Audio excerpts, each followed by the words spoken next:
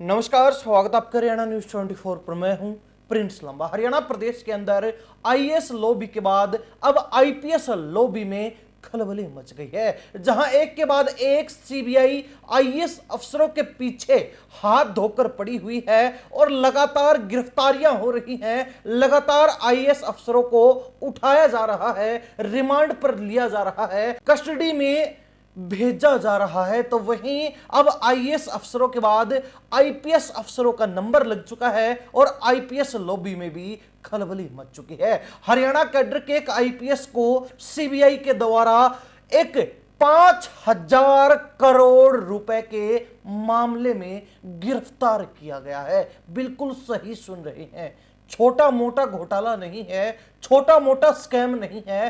5,000 करोड़ रुपए का स्कैम था, जिसमें मुख्य आरोपी को जांच से बचाने के नाम पर करोड़ों रुपए की रिश्वत मांगी गई थी और उसी रिश्वत कांड में हरियाणा कैडर का यह आईपीएस अधिकारी फंस गया, जिसको सीबीआई के द्वारा गिरफ्तार कर लिया गया है। अब यह आईपीएस अधिकारी कौन है, क्या कुछ पूरा मामला है, विस्तार से आपको समझाते हैं। बता दें कि हरियाणा कैडर के आईपीएस अधिकारी दीपक गहलावत को सीबीआई के द्वारा गिरफ्तार किया गया है। दीपक जो है 2012 के आईपीएस अधिकारी हैं। अभी उनकी तैनाती नागरिक उड्डयन विभाग में महानिदेशक के रूप में है। सीबीआई का दावा है कि 5,000 करोड़ रुपए के दवा घोटाले में, जो कि नकली दवा थी, उस घोटाले के मुख्य आरोपी को जांच से राहत दिलवाने के लिए रिश्वत मांगी गई थी। आरोपी ने इसके लिए 3 करोड़ रुपए की डील भी की थी। हालांकि इस मामले में आईपीएस अधिकारी दीपक पहले नहीं है जिनको सीबीआई के द्वारा गिरफ्तार किया गया है, बल्कि दिल्ली पुलिस के एक इंस्पेक्टर और 2 निजी व्यक्तियों के खिलाफ भी केस दर्ज किया गया था। दीपक जो है, जो आईपीएस अधिकारी हैं, वो मूल रूप से सोनीपत के निजामपुर माजरा गांव के रहने वाले हैं। उनके पिता भी हरियाणा पुलिस से बतौर इंस्पेक्टर रिटायर हुए, जबकि मां पीजीआई रोहतक में एएनएम रही है। साल 2025 में पुडुचेरी में पुलिस और सीबीआई सीआईडी ने छापेमारी के बाद नकली और मिलावटी दवाइयां बनाने के धंधे का पर्दाफाश किया था। इस दौरान भारी मात्रा में नकली दवाएं और कच्चा माल जब्त किया गया था। इनकी दवाओं की अनुमानित कीमत 5,000 करोड़ रुपए आंकी गई थी। इसके बाद मुख्य आरोपी एन राजा को गिरफ्तार किया गया। जांच आगे बढ़ी तो मामले में नेता से लेकर अफसर सबकी भागीदारी के संकेत मिले। इसके बाद मामला सीबीआई को जांच के लिए सौंप दिया गया। सीबीआई ने मार्च में एन राजा के खिलाफ एक नया मामला दर्ज किया। अब जांच जैसे जैसे आगे बढ़ रही है, वैसे वैसे रिश्वत का खुलासा हो रहा है, साथ ही अफसरों की संलिप्तता भी सामने आ रही है और इसी आधार पर सीबीआई एक के बाद एक अलग अलग जगह से अफसरों को उठा रही है, पकड़ रही है, गिरफ्तार कर रही है, क्योंकि मामला छोटा मोटा नहीं था।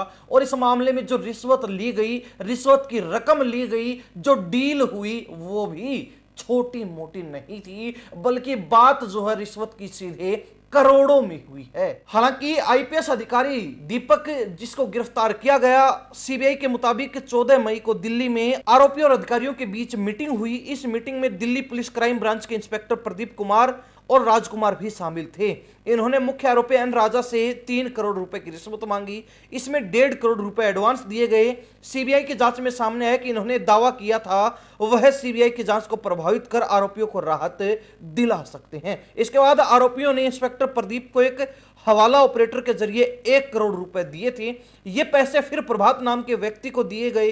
प्रभात आईपीएस दीपक गहलावत का जानकार था। सीबीआई को छापेमारी में इंस्पेक्टर प्रदीप कुमार और राजकुमार के घर से 25 लाख रुपए मिले। इसके अलावा जांच एजेंसी ने करीब 90 लाख रुपए कैश और कई महत्वपूर्ण डॉक्यूमेंट भी जब्त किए थे। सीबीआई अब इस बात का पता लगाने की कोशिश कर रही कि आरोपियों को बचाने और जांच को प्रभावित करने के लिए रिश्वतखोरी में कौन कौन शामिल था। बता दें कि आईपीएस दीपक जो है वो सोनीपत जिले के ही हरियाणा में निजामपुर माजरा के रहने वाले हैं। उनके पिता हरियाणा पुलिस से इंस्पेक्टर रिटायर्ड हैं। उनकी माता जो है वो रोहतक पीजीआई में एएनएम रही हैं। वहीं उनकी पत्नी भी भारतीय राजस्व सेवा IRS अधिकारी हैं। इसके अलावा आपको बता दें कि दीपक 2018 में पलवल, 2021 में चरखी दादरी के SP रहे। इसके बाद उन्हें 2023 में गुरुग्राम हेडक्वार्टर भेजा गया। दीपक 2024 में डेपुटेशन पर नागरिक उड्डयन महानिदेशालय में क्षेत्रीय निदेशक के पद पर भी तैनात रहे हैं और फिलहाल इनको CBI के द्वारा उठा लिया गया है। अब यहीं से अंदाजा लगाया जा सकता है कि एक अफसर जो इतने बड़े ओहदे पर, जो इतने बड़े पद पर बैठा है और वो जब हर मामले में रिश्वत लेने लग जाता है तो फिर न्याय की उम्मीद, सच्चाई की उम्मीद, ईमानदारी की उम्मीद, बदलाव की उम्मीद आखिर कि किससे जाए? आम जनता किससे उम्मीद करे कि आम जनता के लिए वह अफसर भला निकलेगा, वह अफसर भला होगा, वह अफसर काम करेगा, जबकि सारे अफसर यहां एक जैसे ही दिखाई दे रहे हैं। जब इन अफसरों की धरपकड़ शुरू होती है तब खुलासा होता है कि इनके पास ये जो करोड़ों की संपत्तियां हैं वो आई कहां से है। जब इनकी गिरफ्तारियां होती हैं और इनके कांडों से पर्दा उठता है तब पता चलता है कि इन्होंने अधिकारी रहते हुए, इस पद के ऊपर रहते हुए कितना कांड किया है, कितने भ्रष्टाचार के मामले इन्होंने किए हैं और किस कदर इन्होंने पूरे सिस्टम को ही भ्रष्ट करने का काम किया है।